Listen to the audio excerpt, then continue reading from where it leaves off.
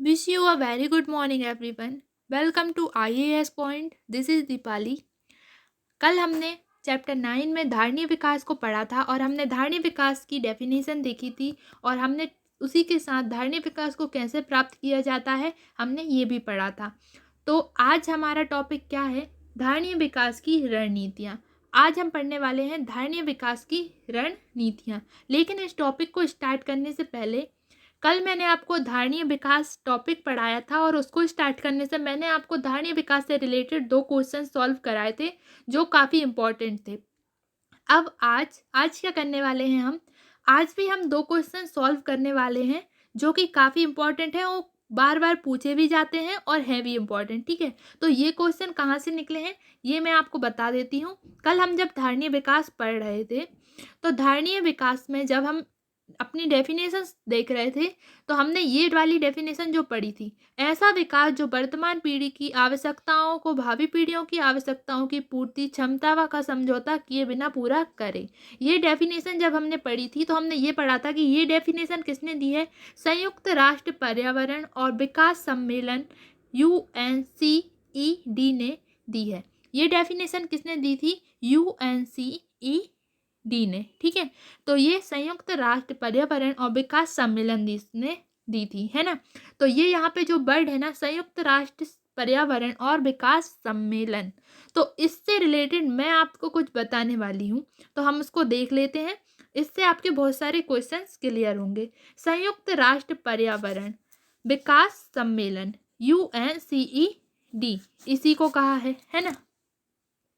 अब ये तो हमने इस डेफिनेशन में हमको बताया है संयुक्त राष्ट्र पर्यावरण विकास कार्यक्रम यानी UNCED. ये तो हमें यहाँ से क्लियर हो गया कि संयुक्त राष्ट्र पर्यावरण विकास कार्यक्रम को हम UNCED कहते हैं. अब इन्हें क्यों कहते हैं इनका हम फुल फॉर्म देखते हैं और इनके बारे में थोड़ी और जानकारी ले लेते हैं. तो पहला आपका होता है संयुक्त राष्ट्र पर्यावरण कार्यक्रम यानी कि UNEP, United National Environment Programme. संयुक्त राष्ट्र पर्यावरण कार्यक्रम, मैं एक बार फिर बता रही हूँ, संयुक्त राष्ट्र पर्यावरण कार्यक्रम यानी कि यूनाइटेड नेशनल इन्वायरमेंट प्रोग्राम. इसकी स्थापना कब हुई? इसकी स्थापना की गई 5 जून 1972 को और इसका मुख्यालय कहाँ पर है? नैरोबी में, है ना. संयुक्त राष्ट्र पर्यावरण कार्यक्रम यूनाइटेड नेशनल इन्वायरमेंट प्रोग्राम जिसकी स्थापना 5 जून 1972 को की गई और ये नैरोबी में है. ये नैरोबी में है. ठीक है, अब सेम इसके जैसा दूसरा होता है, उसको भी देख लेते हैं हम. दूसरा हमारा होता है संयुक्त राष्ट्र विकास कार्यक्रम. ठीक है, ये होता है संयुक्त राष्ट्र विकास कार्यक्रम यानी यूनाइटेड नेशनल डेवलपमेंट ऑर्गेनाइजेशन, है ना. United National Development Organisation. इसकी स्थापना 22 नवंबर 1965 को की गई और ये न्यूयॉर्क USA में स्थित है. ठीक है, तो पहला हमारा था संयुक्त राष्ट्र पर्यावरण कार्यक्रम और दूसरा हमारा है संयुक्त राष्ट्र विकास कार्यक्रम. तो ये दोनों क्लियर हुए. संयुक्त राष्ट्र पर्यावरण कार्यक्रम की स्थापना 5 जून 1972 को हुई जो कहाँ पे है? नैरोबी में. और दूसरा हमारा संयुक्त राष्ट्र विकास कार्यक्रम है जिसकी स्थापना 22 नवंबर 1965 को हुई जो न्यूयॉर्क USA में है. ये बात क्लियर हुई आपकी. तो इसी से ऐड करके वहाँ क्या बताया था कि UNCED यानी संयुक्त राष्ट्र पर्यावरण और विकास सम्मेलन दोनों को मिलाकर ये बल दिया गया था. धारणीय विकास की डेफिनेशन दी थी UNCED के हिसाब से. तो आपका यहाँ पे ये भी क्लियर हो गया और वो दोनों भी क्लियर हो गए और साथ में ये भी पता चला कि उनकी स्थापना कब हुई थी और वो कहाँ पर उनका मुख्यालय स्थित है. तो ये हमने ये वाला टॉपिक हमारा क्लियर हुआ. अब come back to the topic. आज का हमारा टॉपिक क्या है? आज का हमारा टॉपिक है धारणीय विकास की रणनीतियाँ. तो स्टार्ट करते हैं हमारे टॉपिक को, धारणीय विकास की रणनीतियाँ. जैसा कि आप जानते हैं कि भारत अपनी विद्युत आवश्यकताओं के लिए थर्मल और हाइड्रो पावर संयंत्रों पर बहुत अधिक निर्भर है। इन दोनों का पर्यावरण पर प्रतिकूल प्रभाव पड़ता है। थर्मल पावर संयंत्र बड़ी मात्रा में कार्बन डाइऑक्साइड का उत्सर्जन करते हैं, जो एक ग्रीन हाउस गैस है। थर्मल पावर प्लांटों से बहुत मात्रा में धुएं के रूप में राख भी निकलती है, जिसका उचित उपयोग न हो तो जल, भूमि और पर्यावरण के अन्य संगठनों के प्रदूषण का कारण हो सकता है। जल विद्युत परियोजनाओं से वन जलमग्न हो जाते हैं और नदी प्रवाह क्षेत्रों तथा नदी की घाटियों के प्राकृतिक प्रवाह में हस्तक्षेप करते हैं। वायु शक्ति और सौर किरणें पारंपरिक ऊर्जा के अच्छे उदाहरण हैं। तकनीकी ज्ञान के अभाव में इनका विस्तृत रूप में अभी तक विकास नहीं हो पाया है। अब ये टॉपिक था धारणीय विकास की रणनीतियाँ। तो रणनीतियों में पहली रणनीति हमारी क्या है? ऊर्जा के गैर पारंपरिक स्रोत का उपयोग। ऊर्जा के गैर पारंपरिक स्रोत का उपयोग। अब हमारे जो ऊर्जा के गैर पारंपरिक जो स्रोत हैं, उनका उपयोग हम किस तरह से कर सकते हैं? जैसे कि हम जानते हैं कि क्या होता है कि आवश्यकताओं के लिए हम काय का विद्युत आवश्यकताओं के लिए हम थर्मल और हाइड्रो पावर संयंत्रों पर बहुत अधिक निर्भर रहते हैं। अब इनसे क्या होता है कि कार्बन डाइऑक्साइड बड़ी मात्रा में निकलती है, मतलब इनका पर्यावरण पे प्रतिकूल यानी कि बहुत अच्छा प्रभाव नहीं पड़ता है, उल्टा प्रभाव पड़ता है। कार्बन डाइऑक्साइड गैस निकलती हैं जो ग्रीन हाउस गैस है, कहीं राख और धुआं भी निकलता है, जिसके कारण हमारे पर्यावरण में सीधे सीधे शब्दों में प्रदूषण ही प्रदूषण फैलता है ना। थर्मल पावर प्लांटों की बड़ी मात्रा में धुएं के रूप में राख भी निकलती है और ग्रीन हाउस गैसें भी हैं, तो जिससे कुछ अच्छा नहीं हो रहा, सब कुछ बेकार हो रहा है, पर्यावरण हमारा प्रदूषित हो रहा है, जिसका उचित उपयोग ना तो जल, भूमि और पर्यावरण के अन्य संगठनों के प्रदूषण का कारण हो सकता है। जल विद्युत परियोजना से वन जलमग्न हो जाते हैं। अब हमारी जो जल विद्युत परियोजनाएं होती हैं, उनसे हमारे वन जो होते हैं वो जलमग्न हो जाते हैं। नदी प्रवाह क्षेत्रों तथा नदी की घाटियों के प्राकृतिक प्रवाह में हस्तक्षेप करते हैं। वायु शक्ति और सौर किरणें पारंपरिक ऊर्जा के अच्छे उदाहरण हैं। अगर हम देखें तो वायु शक्ति यानी हमारी की एयर एनर्जी और हमारी सोलर एनर्जी दोनों पारंपरिक ऊर्जा के बहुत अच्छे उदाहरण, लेकिन टेक्नोलॉजी ज्ञान यानी तकनीकी ज्ञान अभी अभाव में, या ना कहीं हमारी टेक्नोलॉजी जो हमारा नॉलेज है उसमें कहीं ना कहीं कमी है, जिसके कारण इनका विकास अभी तक नहीं हो पाया है। तो एक हम किस तरह से ऊर्जा के गैर पारंपरिक स्रोत का उपयोग, अगर हम ऊर्जा के गैर पारंपरिक स्रोत का उपयोग करें, जैसे हमारी सोलर एनर्जी है ना, जैसे हमारी सोलर एनर्जी, हमारी एयर एनर्जी, हमारी वाटर एनर्जी, इन सब का अगर हम उपयोग करते हैं, इनका प्रयोग करते हैं, तो हम ऊर्जा के गैर पारंपरिक स्रोत से हमारे धारणीय विकास को प्राप्त कर सकते हैं। ठीक है, हो गया क्लियर? आगे अब छोटा सा हमें बॉक्स दिया है, क्या लिखा है? इन्हें कीजिए। तो इसको हम कर लेते हैं। दिल्ली में बसें और अन्य सार्वजनिक परिवहन पेट्रोल या डीजल के बजाय उच्च दाब जैसे सीएनजी का उपयोग करते हैं तथा कुछ वाहन परिवर्तनीय इंजनों का प्रयोग करते हैं।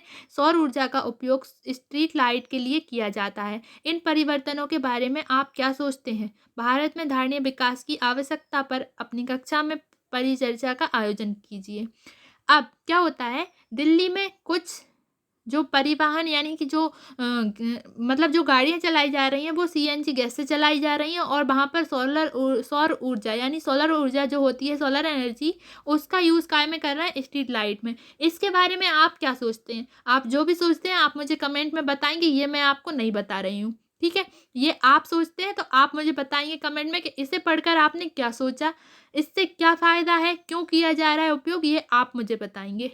नेक्स्ट क्या है हमारी जो नेक्स्ट धारणीय विकास की जो रणनीति है वो क्या है? ग्रामीण क्षेत्रों में एलपीजी गोबर गैस। अब ग्रामीण क्षेत्रों में जो एलपीजी और जो गोबर गैस होते हैं उनके बारे में हम इसमें पढ़ेंगे।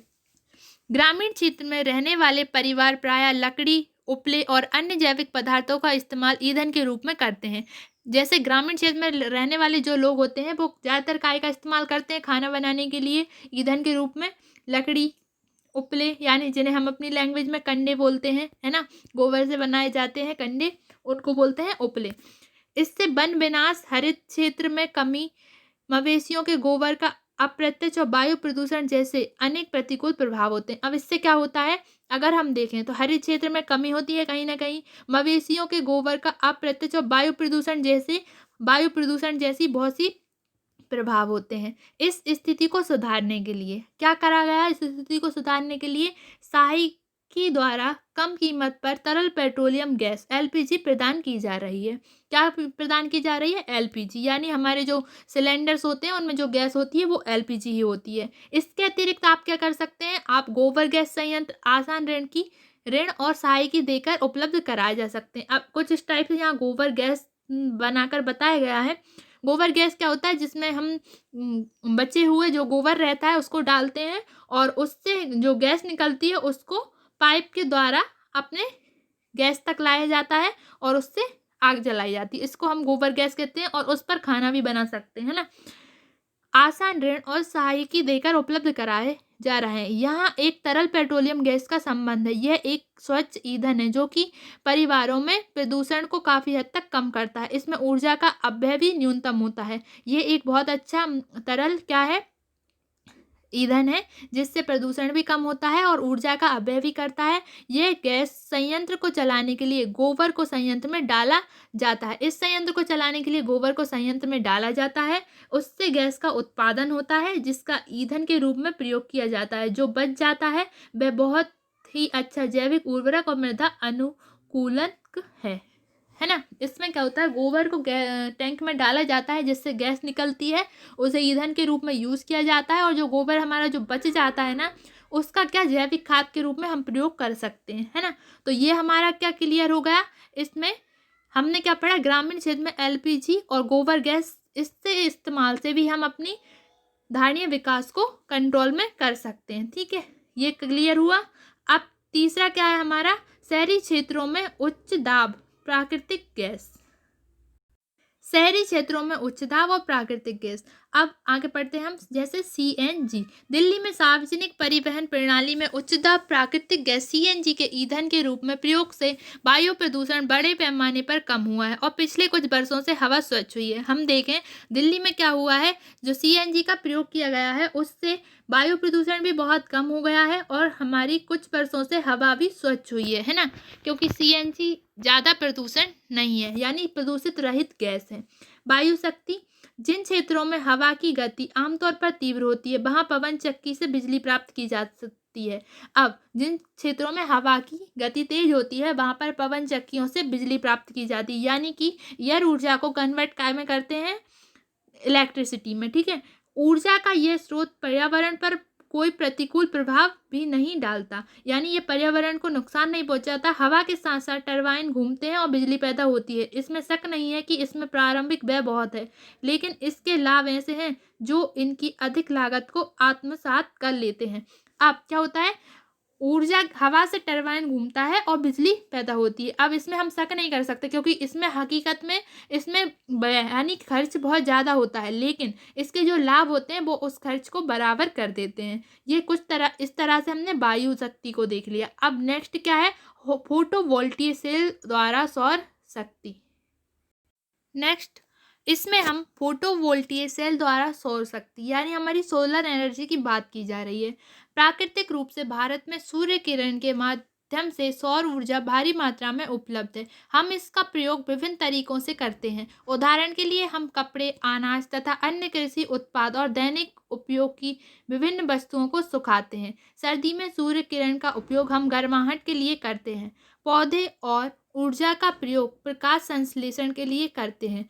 अब फोटोवोल्टिक सेलों की मदद से सौर ऊर्जा को विद्युत ऊर्जा में परिवर्तन किया जा सकता है। ये सेल और ऊर्जा को एक विशिष्ट प्रकार के उपकरण से पकड़ते हैं और फिर ऊर्जा को बिजली में बदल देते हैं। ये प्रौद्योगिकी दूर दराज के क्षेत्रों और ऐसी जगहों के लिए उपयोगी है जहाँ ग्रिड अथवा तारों द्वारा विद्युत पूर्ति या तो संभव नहीं है अथवा खर्चीली है। ये प्रौद्योगिकी प्रदूषण से पूर्णतः मुक्त है। अब हमारी जो सोलर एनर्जी है उसको हम फोटोवोल्ट द्वारा हम काय में बदल देते हैं, इलेक्ट्रिसिटी में। ठीक है, ये तो चल ही रहा है आजकल। हम क्या करते हैं, सोलर एनर्जी का यूज बहुत बहुत सारी जगह करते हैं, जैसे कपड़ों को सुखाने, अनाज अथवा कृषि उत्पादन और दैनिक उपयोग में भी हम सोलर एनर्जी का उपयोग करते ही हैं। सर्दी में सूर्य का किरण उपयोग गर्माहट के लिए भी करते हैं। पौधे और ऊर्जा का प्रयोग प्रकाश संश्लेषण के लिए करते हैं। अब फोटोवोल्टिक सेल जो क्या कर रहे हैं, सौर ऊर्जा को विद्युत ऊर्जा में परिवर्तन कर रहे हैं, जिससे ये सेल और ऊर्जा को एक विशिष्ट प्रकार के उपकरण से पकड़ते हैं और फिर ऊर्जा को बिजली में बदल देते हैं। प्रौद्योगिकी दूर दराज के क्षेत्र ऐसी जगहों के लिए उपयोग करते हैं जहां ग्रिड अथवा तारों द्वारा विद्युत पूर्ति या तो संभव नहीं है अथवा खर्चीली है। ये प्रौद्योगिकी प्रदूषण से बिल्कुल मुक्त है, इसमें किसी तरह का प्रदूषण नहीं होता है और ये बहुत ज़्यादा अच्छी भी है। तो ये थी हमारी फोटोवोल्टिक सेल द्वारा सौर शक्ति। नेक्स्ट हमारी लघु जलीय प्लांट। लघु जलीय प्लांट क्या है? पहाड़ी इलाकों में लगभग सभी जगह में झरने मिलते हैं। इन झरने में से अधिकांश स्थायी होते हैं। मिनी हाइडल प्लांट इन झरनों की ऊर्जा से छोटी टरबाइन चलाते हैं। टरबाइन से बिजली का उत्पादन होता है जिसका प्रयोग स्थानीय स्तर पर किया जा सकता है। इस प्रकार के पावर प्लांट पर्यावरण के लिए हितकर होते हैं क्योंकि जहाँ वे लगाए जाते हैं वहाँ भू उपयोग की प्रणाली में कोई परिवर्तन नहीं करते। इसका यह भी अर्थ है कि ऐसे प्लांटों के उपयोग से बड़े बड़े संचरण टावर और तारों की इनमें ज़रूरतें नहीं होती हैं और संचरण की हानि को भी रोका जा सकता है। अब क्या है, लघु जो प्लांट होते हैं वो क्या करते हैं, पहाड़ी इलाकों में इन्हें क्या होते हैं, बहुत सारे झरने होते हैं। इन झरनों में से अधिकांश स्थायी होते हैं। इन्हें हम कौन से प्लांट भी कहते हैं? मिनी हाइडल प्लांट भी कहते हैं। इन प्लांटों को, लघु जलीय प्लांट को मिनी हाइडल प्लांट भी कहते हैं। झरनों की ऊर्जा को टरबाइन से बिजली ऊर्जा में परिवर्तित किया जाता है। ठीक है, तो इससे किसी तरह का कोई पर्यावरण प्रदूषण नहीं होता और ये वहाँ जहाँ लगे होते हैं वहाँ की भू उपयोग की प्रणाली में भी कोई परिवर्तन नहीं लाते। और ये क्या करते हैं, ऐसे प्लांटों का उपयोग कहाँ पे किया जाता है? बड़े बड़े संचरण टावर, ट्रांसमिशन टावर और तारों की इसमें ज़रूरत नहीं होती और संचरण की हानि को रोका जा सकता है।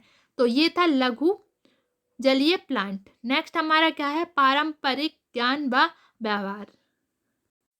पारंपरिक ज्ञान या व्यवहार। पारंपरिक रूप से भारतीय लोग पर्यावरण के निकट रहते हैं। सभी जानते हैं कि पारंपरिक रूप से भारतीय लोग पर्यावरण के काफी निकट रहते हैं। वे पर्यावरण के एक अंग के रूप में रहे हैं, ना कि उसमें नियंत्रक के रूप में। यानी वे पर्यावरण के एक अंग के रूप में है, ना कि नियंत्रक, यानी ना कि उसे रोकने के रूप में।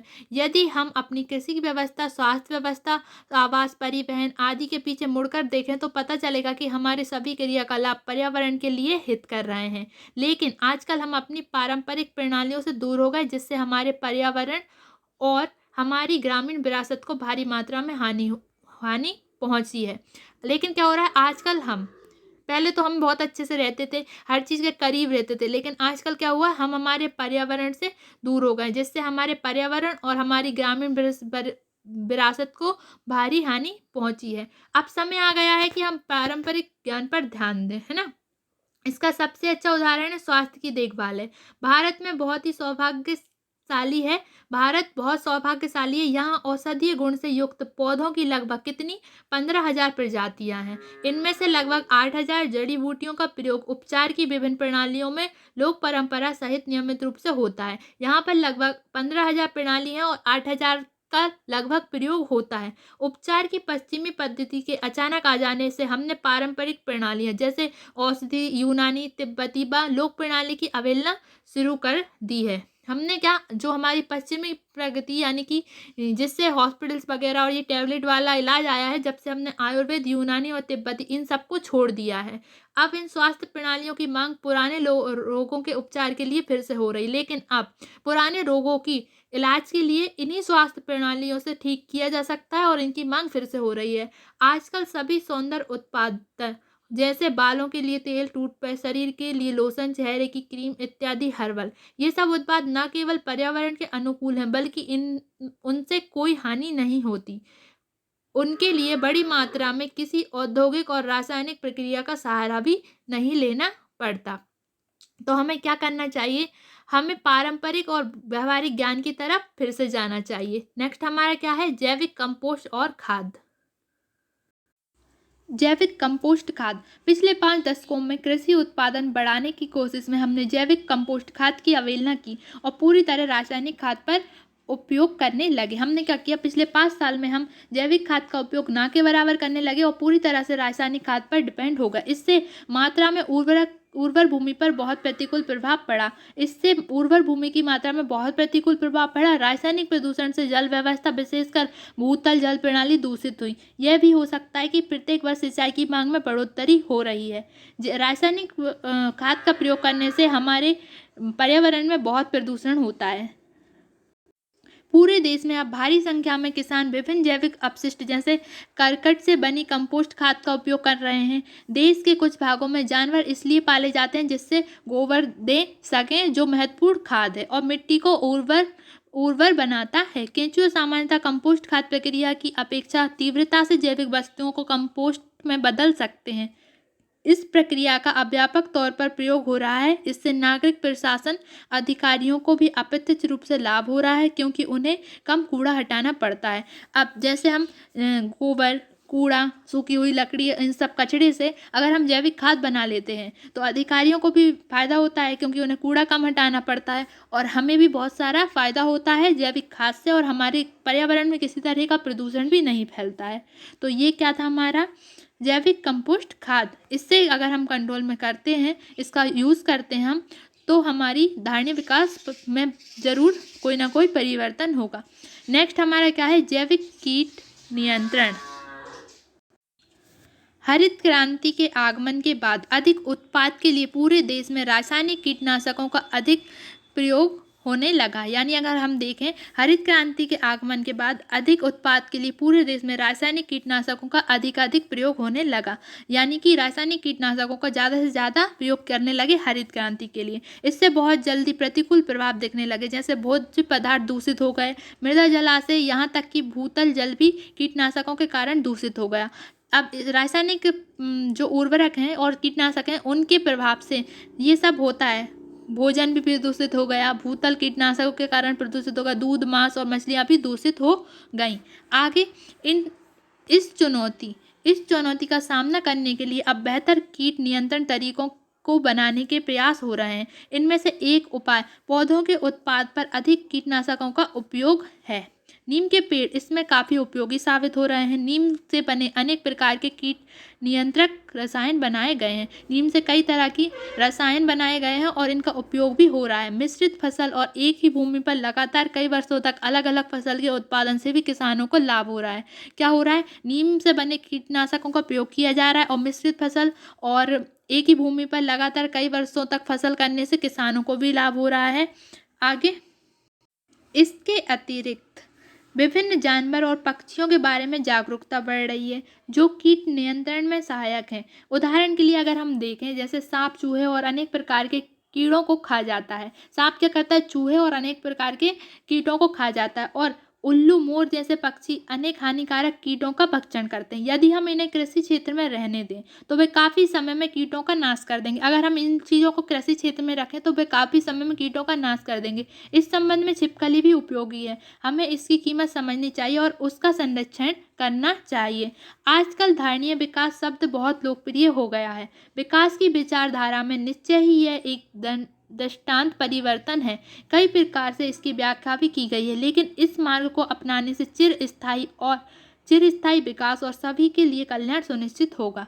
अब हम देख रहे हैं कि अभी इस टॉपिक में हमने धारणीय विकास के बारे में ही पढ़ा है। धारणीय विकास की जो विचारधारा है वो कितने अच्छे से दृष्टांत उसमें परिवर्तन हुए हैं, कई प्रकार से इसकी व्याख्या भी की गई है। लेकिन इस मार्ग को अपनाने से चिरस्थायी विकास और सभी के लिए कल्याण सुनिश्चित हो। अगर हम धारणीय विकास को अपनाते हैं तो आज हमारा वर्तमान तो सेफ होगा ही, हमारे आने वाला फ्यूचर भी सेफ होगा और ये काफ़ी हद तक अच्छा ही होगा। इसके परिणाम भी बहुत अच्छे होंगे। तो ये था हमारा धारणीय विकास का टॉपिक, जिसमें हमने धारणीय विकास को भी क्लियर कर लिया और हमने ये भी देख लिया कि